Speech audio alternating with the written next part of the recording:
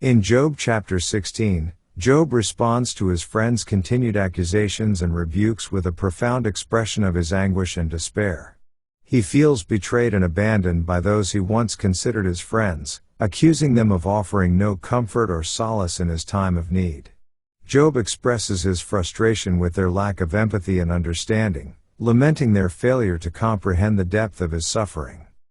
Despite his despair, Job maintains his faith in God's justice and righteousness, trusting that he will ultimately vindicate him. He declares his intention to plead his case directly before God, confident that God will hear him and grant him justice.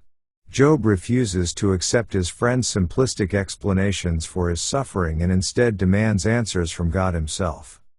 Job acknowledges the gravity of his situation and the magnitude of his suffering, recognizing that his life hangs in the balance.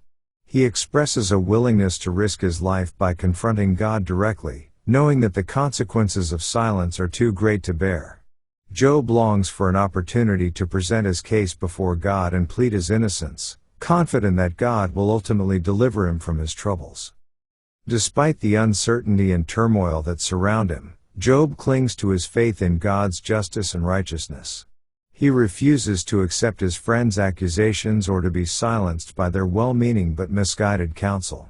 Instead, Job boldly asserts his innocence and declares his intention to seek justice and vindication from God himself, trusting that he will hear his plea and grant him deliverance from his suffering. Let's now read Job chapter 16. Then Job answered and said, I have heard many such things, miserable comforters are ye all. Shall vain words have an end? Or what emboldeneth thee that thou answerest? I also could speak as ye do, if your soul were in my soul's stead, I could heap up words against you, and shake mine head at you. But I would strengthen you with my mouth, and the moving of my lips should assuage your grief. Though I speak, my grief is not assuaged, and though I forbear, what am I eased? But now he hath made me weary, thou hast made desolate all my company. And thou hast filled me with wrinkles, which is a witness against me, and my leanness rising up in me beareth witness to my face. He teareth me in his wrath, who hateth me, he gnasheth upon me with his teeth, mine enemy sharpeneth his eyes upon me.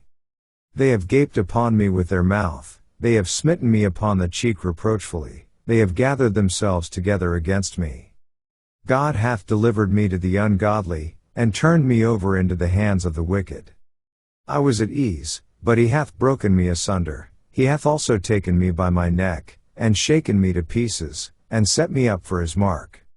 His archers compass me round about, he cleaveth my reins asunder, and doth not spare, he poureth out my gall upon the ground. He breaketh me with breach upon breach, he runneth upon me like a giant. I have sewed sackcloth upon my skin, and defiled my horn in the dust. My face is foul with weeping, and on my eyelids is the shadow of death. Not for any injustice in mine hands, also my prayer is pure. O earth, cover not thou my blood, and let my cry have no place.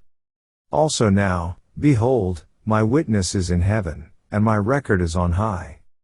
My friends scorn me, but mine eye poureth out tears unto God. Oh, that one might plead for a man with God, as a man pleadeth for his neighbor. When a few years are come, then I shall go the way whence I shall not return. This ends our reading of Job chapter 16.